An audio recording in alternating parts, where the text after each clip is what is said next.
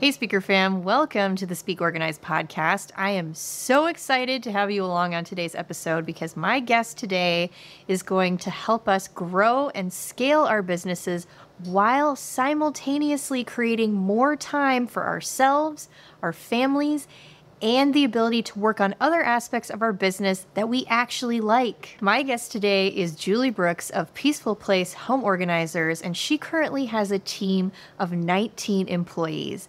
And in this episode, she shares how she's continuing to expand her customer base while also expanding her free time. So if you want to learn more about how she does that, then stick around and let's get into it.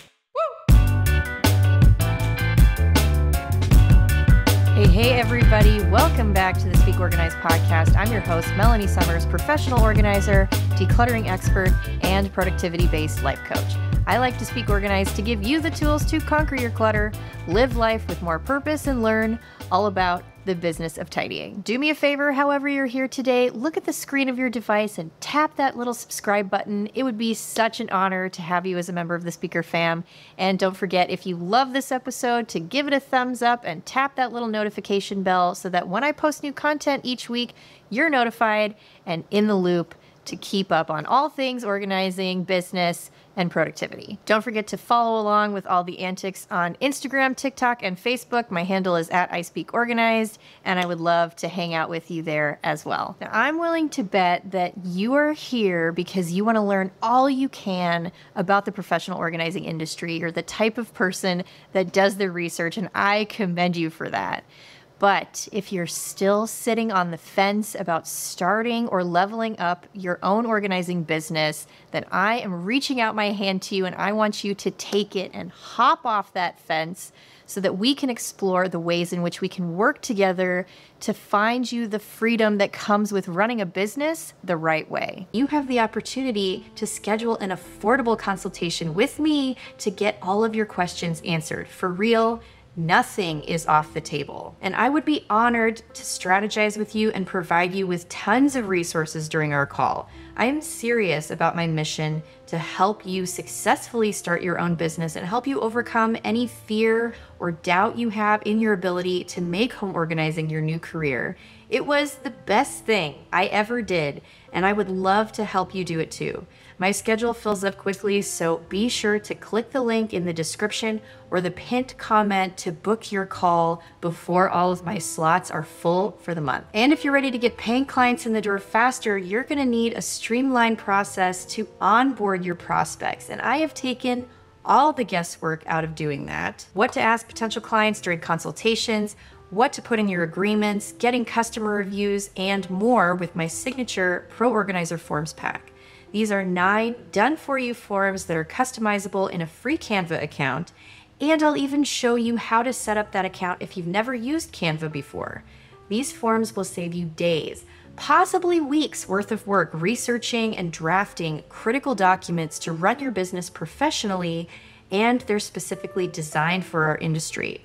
All of my YouTube and podcast fam get an exclusive discount, YT Pro 8, and that will get you $8 off at checkout. Lastly, if you are totally intimidated by using social media for your business, I have a great class that you can watch on your own time called the I Speak Organized Social Media Method. It includes 5 20 to 30 minute lessons that will help you come up with endless post ideas for the most popular platforms, including easy Reels and TikTok video ideas, how to boost your following and engagement with people who actually like and share your content, how to post consistently without spending hours on social every day, with my signature content planner that you'll receive for free at the end of class, and a breakdown of all my favorite tools and software. I've made it super accessible and affordable for you. And of course, you get a bonus discount for being part of my Speaker Fam, ISO Social 5 at checkout. All right, Speaker Fam, I am pleased to be joined by the lovely Julie Brooks of Peaceful Place Home Organizers. And I just want to welcome you, Julie. Thank you so much for coming on the show today. Thank you, Melanie. It's a pleasure. I am super pumped for this episode.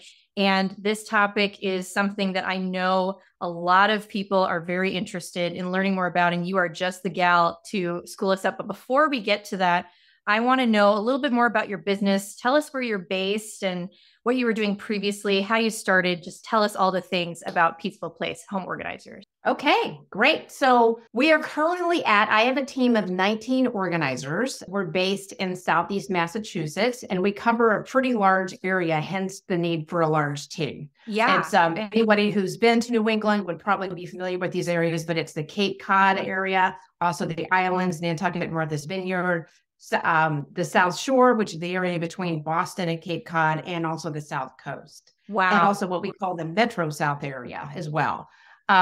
So I'm all about expanding territory and getting as much business as I can in each part of my territory. So I started this is really my second or third act in life. If you can count the first act as being anything in your 20s, which I really don't. So I'm just going to call it my second act. Sure. The 20s are just like, I'm just not going to count my 20s. So let's forget about that. It's practice. Yeah. So I was prior to starting this company in late 2016, let's just call it 2017. So I'm in my 7th year now, which I can't believe, but wow. It's true. That's, do the math. So prior to this, I was in the publishing business, both print but mostly internet. So I was part owner of an internet company that was also owned by family members who were doing primarily print publishing. So I was responsible I had a team of people working for me, and we built websites for local businesses. And also this was back before TripAdvisor and the Knot and these other national competitors that were pretty disruptive to my business. So we sold advertising on this website. So anyway, we sold all of the family businesses back in 2016. And then I worked for the company that acquired us for 6 months, which is typical. When you sell a business, they want you around for 6 months. And then my contract ended. So that would have been in the fall of 2016. Okay. And I think you and I share, I read up about you before this, Melanie. I think you and I share something in common in that we are formerly disorganized people. Yes. Right? Yes. And so it was the fall of 2016. I said, you know what? I've got some time off. I don't know what my next act is going to be. I'm never going to be younger or more motivated, even though I wasn't all that young, than now. I have got to do something about this house. I do not want to leave this house to my kids looking this way whenever I decide to die at some point, right? I've got to do something. I don't know what to do. So I was telling my friends about this, and somebody suggested, hey, why don't you read this book, The Life-Changing Magic of Tidying Up by Marie Kondo. So I was like, okay, great, whatever. That way I can procrastinate doing something a little longer. Unfortunately, it only took me a day to read the book. Yeah. So anyway, I found it very inspiring. And I said, you know what? I'm going to KonMari my entire house. Okay. I mean, when else am I going to have the time to do this in my life when I don't have a job? Right. So I went through my entire house and I decluttered and deep cleaned every single room. And Melanie, I'm telling you, the way that I lived before this, and no word of a lie, I'm not kidding. Like if I had a dinner party on a Saturday, I would have to take Friday off work and just to make the downstairs of my house halfway presentable so that I could cook on Saturday. And I'm talking like, don't open a closet door because there's going to be an avalanche, right? It's not even a good job of it, right? That's how I lived. And I couldn't stand my house. It made me feel like less of a woman. In fact, I was an organizing client, except the difference between me and a lot of our clients is that when I was under the gun, I could pull it together. I could always pull a room together when I had to. Yeah. Right. When the motivation is there. Yeah. Which I don't think a lot of our clients actually can do, but I could. Right. I just didn't have any symptoms, and it was, not systems, not symptoms. Symptoms of disorganization. Yes, exactly. So, I read this book, and so I went through my entire house, and I'm telling you, I had I would say almost, it was at a spiritual level of transformation. Of course, I loved how the rooms looked. I loved how they functioned. I loved how it made me feel. It gave me hope. And I thought, you know what? I wonder if people would pay me to do this. I mean, isn't this what professional You discovered your gift. I mean, like, all right, I need a second act. So like, I need money. So, all right. Do you have to have a license or certification to be a professional organizer? No and no. So I joined the National Association of Productivity and Organizing Professionals, and I took their training, and I knew how to make websites because I run a company doing that. So I made my first website in WordPress and launched it. And that was in late October of 2016. Oh, wow. And my first client. So, and I had business cards made up. It was my initial branding. Don't even look at it. I don't like it now, but like, all right, so fine. I just said I was a professional organizer. And so I am. So I started putting the word out with friends. My first paid client was a friend of mine, Maureen. And I did her kitchen. I did her clothes. Those were my before and after pictures. And it just started to flow from there. For the first half of 2017, I did juggle this new gig of mine with a couple of other jobs, such as being a mental health support worker, mental health field, and also Uber driving. Oh, and so both of those jobs really prepared me for being a professional organizer. And ever since I'd say July 2017 was when I did what they refer to as burning the boat, meaning like I have to make this work. I have no other part-time job I can depend on. Like I have to make this organizing job work. And it's amazing what happens when you get to that point. And then when did I hire my first employee? That would be spring of 2018. Oh, wow. I would say for about 2 years now, no, longer than that, 3 years, I don't do any on-site organizing anymore. I mean, once in a great while, I'll pitch in because I have to, but I really don't do on-site organizing anymore. So, yeah, that's the story. I love it. Yeah, I can't wait to dive into a couple of details about what you talked about, especially in terms of running a team. We're going to get to that in a second, but just a couple of follow-up things. I'm curious, how long did it take you to KonMari your whole house? Well, I would say a month, but I wasn't working like all day, every day. Like say if we compress it into working all day, every day, I would say it would be 2 weeks, 10 days. Let's just say 10 days. Sure. Yeah. Given how you have the expertise to do that in a couple of weeks and you have this big team now. And so you were working by yourself when you started, and then you hired your first employee. I'm trying to do the math here. Was it 3 months in? No, it was more like, let's say I officially started January of 2017. So I would say it was more like, honestly, I did hire some part-time people like in summer of 2017. So probably 6 months in, I hired a couple of part-time people for a couple of jobs that I did. Sure. And then I ran an ad and got more serious about hiring people in batches, as we'll talk about. That's how I do things, in the spring of 2018. So I would say it was about a year and a half before I really hired dedicated employees. Like actual employees. Okay, cool. Yeah, I'm really excited to dive into that. So one of the things that you brought up when we had connected originally to set up this interview, which I thought was an interesting question. I took it straight from the notes you gave me. Tell us how you determine whether a solo professional organizer should build a team or stay solo. I think this is super important. So tell us, just real talk, Julie, what's the deal? Okay. It depends on how much you need money.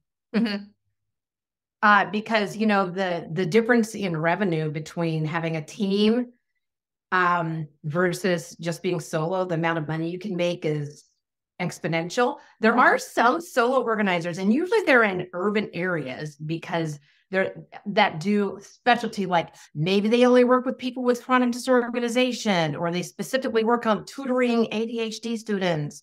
Usually it's sort of people who are in the productivity realm. If they live in an urban area where you have enough of those niche type of clients where you can actually make a living and where it requires a level of expertise that would be hard to teach to an employee. If they're happy with the number of hours they're getting and the amount of money they're making, then there's no need to get employees. But, and especially if it's less physically demanding type of organizing, right? So say if you're a paperwork organizer or a photo organizer or a productivity coach, you know, you're probably not going to slip and fall carrying some greasy bag of contractor bag full of leaking whatever and put your back out, right?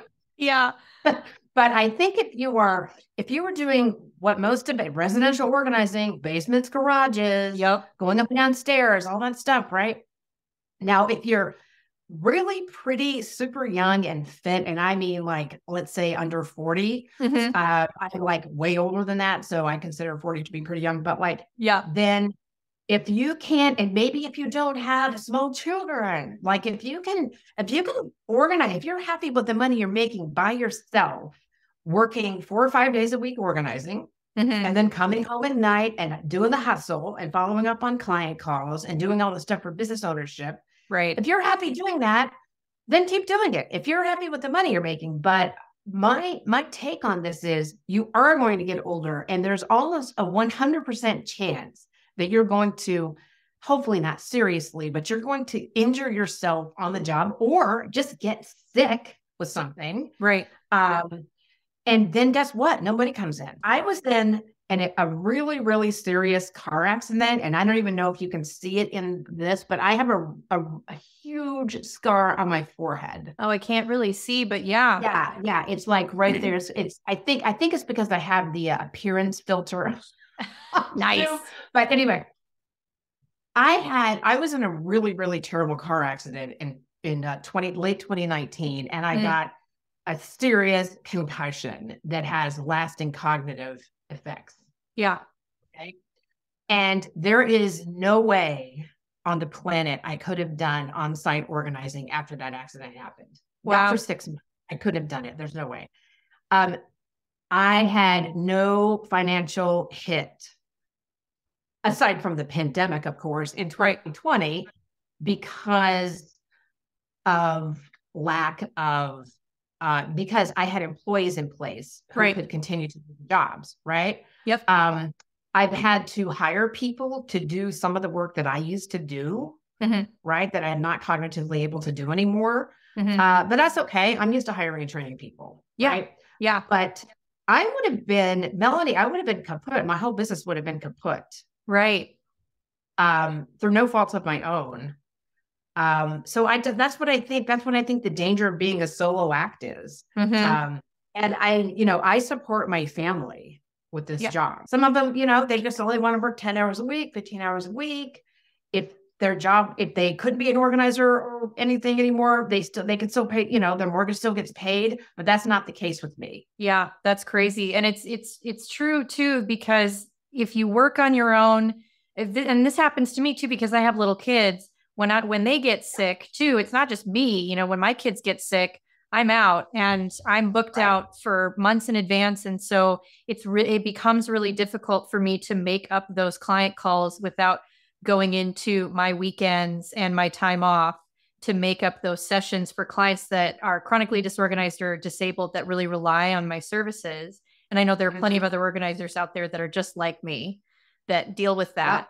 And they may have a situation like you encountered where you had put the pieces in place to future-proof your business so that you didn't have that financial hit. I'm blessed in the sense that my income doesn't sustain my family. It just supplements. So that's okay. But there are plenty of organizers out there that hopefully are watching or listening to this that are going to continue to watch this and take this information really, really seriously. So since you are the hiring and training extraordinaire, I want to talk a little bit more about that and just have you share with us what you think the best way to hire and train employees and contractors would be. First of all, you have employees, not contractors, or do you do both? I have employees because that's the legal way to do it in Massachusetts. Yeah. I've never really hired contractors. I suppose the only way I could legally do that would be if I hired let's say for like a packing job or something, hired 3 organizers from wherever if I had to get a bunch of people on the site for one day, but we don't really do huge packing jobs like that. So so I direct my employees and I train them, therefore they need to be employees. Sure. To be in compliance with the law. Yeah. Cool. So tell us then what you deem to be the best way to hire and train these people. In batches. So basically you have to think of it like planting seeds in a garden, right? So if you really needed a particular plant to flourish and grow so that it could help you in the future, would you just plant one seed in a pot and like water it and just watch that one plant and then put all your eggs in that one basket and then just, and then nurture it. And then that plant can just die or decide it doesn't want to live with you anymore. And then you have no plant, you know what I mean? So you have to think of it like planting seeds in a garden. Now you're not going to plant seeds. I have a pretty extensive, I evolved it over time, screening process for who I even hire to begin with. That's the main thing. It's just that screening. And then I hire people, in batches and train them in batches. And by batches, I mean 2 or more. Like I just trained 2 people the other day right in my house. Usually I just do it on Zoom if they're more distant. And I interview people on Zoom. I train people on Zoom. The reason I do that is because I don't guarantee work to my employees, right? Right. So, and this is a part-time, some organizers who want to work a lot, work pretty much full time. Others only want to work 2 days a week, and that's fine too. But what I find is that, most of my employees, they're women. Women have what's known as people in their life. Okay. So that's why they need the flexible hours. They have to, her mom's getting her hip replaced down in Florida. They got to take 2 weeks off. That's fine. They can do that. They've got kids. They got to be home at a certain time, but the kids coming home from school. They got to take time off for this kid doing that, or just when the kids are home from school in the summer. And things change all the time. So when you hire people, they're going to come and go. Right. You have to accept that as the default.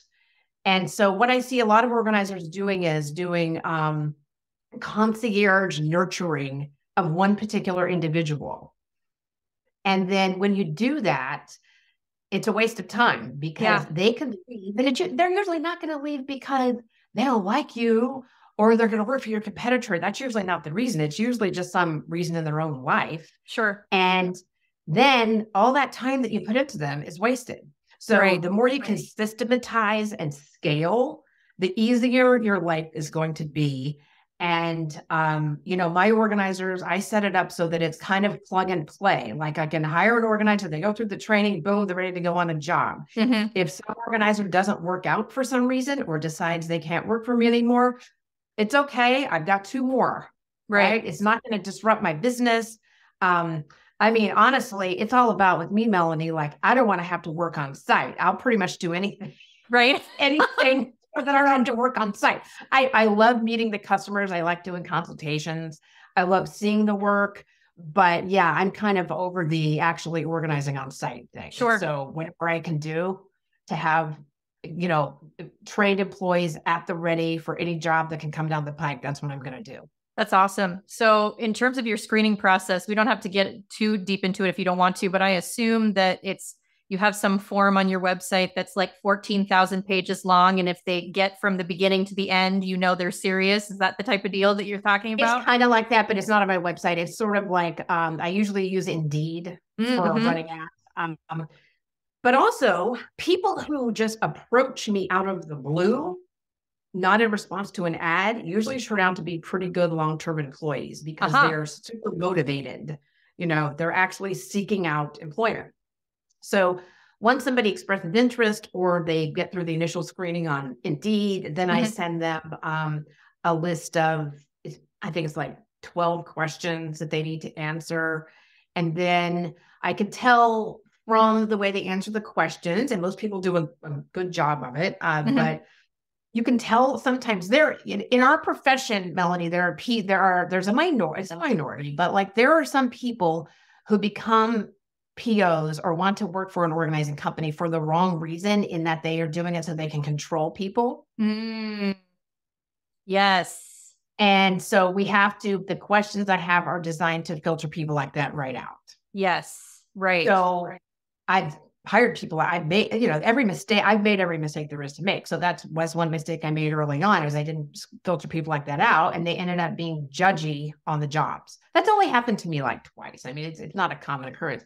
So, but then to your point, the more you're making, more time that you sort of force people to invest in even proceeding with the process of getting the job, the more it filters out people who really aren't serious, right? Exactly. So once they pass the initial screening of, like, I required people to be vaccinated, for example, against COVID-19, and then there's all these questions to answer, and then, okay, fine, they're through that hoop. Then they have to schedule a Zoom interview, and then usually by the time they get to the Zoom interview point, we're pretty good. And then also during the interview, I show them scary pictures of pretty cluttered basements and garages. Yeah. Versus a pretty home edit picture of candy sorted into colors into clear bit containers. And I say, we're not doing the candy in containers. That's not the kind of organizers we are. I mean, we do that, and that's nice, but it's really about basements and garages. So some people, it scares them off when they see that. Fine. Okay. Right. But usually, people aren't scared off by the scary pictures. Then I usually like what I see in an interview, and then I offer them a job, and it goes from there. Right. So, yeah. So it's not actually that daunting of a process. And I like that you have systematized it in a way that they're investing the time rather than you investing in sort of like a mentor role to then only have this person, have some other opportunity, or they move or get married or have a baby or whatever. And then, you've invested all this time and energy in that person, but rather they are investing themselves into your business and showing that they have a true interest in it, which is great. So I really like that. Now, in terms of just dealing with personnel, and this is something that really, quite frankly, has held me back from hiring people. And because my husband and I are both entrepreneurs, and there's a lot of drama that can come up. And it's just a lot of time that you spend dealing with that drama and the personalities and things. So what advice do you have as somebody who is an employer to deal with that drama? Fire early, I'd say. Love it. But I mean, or what do they say? Hire slow, fire fast. I mean, I've only let go. I've probably hired more than 50 organizers since I started doing this. I mean, maybe it's even more. I've let go about 3. I mean, it's not that much. So there's no drama. We don't really have any drama. So basically you have to hire people who, like, here's the system. You present the system, and this is how the system is. It's like, I'm not going to bend the system. I hear some organizers say, like, well, I think this girl, she's a diamond in the rough. I don't want to polish diamonds. I don't. First of all, like, diamond is way too precious of a commodity to, like, talk about employees. And I love my employees, and they're all wonderful and unique individuals, and they all have their strengths and weaknesses, and they are individuals, but really they have to fit into the Peaceful Place system. And I think employees really like that. They like guidance. They like to see that there's a systematized process for handling. I mean, I'm kind of seat of the pants on a lot of things. Frankly, I don't like policy bloat. I don't like a ton of rules, because the more policy, the more rules, the more you have to enforce it. I like to just hire good people and trust that they're going to do the right thing. And that almost always works out for me. So I don't really, I have to say, it's just not a thing. And I don't mind. And my number one priority, especially if you've been through, like, almost fatal car accident like I've had, just my general mantra in life is, at this stage, I'm 58 years old. At this stage in my life, there is nothing more important than my own serenity and inner peace. So drama is the opposite of that. So I just simply don't It's just not something that I do. And if somebody doesn't seem like they're going to be a team player or work with our system, then I just, they either leave or they get let go, and then that's it. Right. All right, fam. We had so much fun chatting in this interview that I decided to split Julie's interview into 2 parts. So this concludes part 1. So if you guys want to catch part 2, be sure to head to the next episode right now.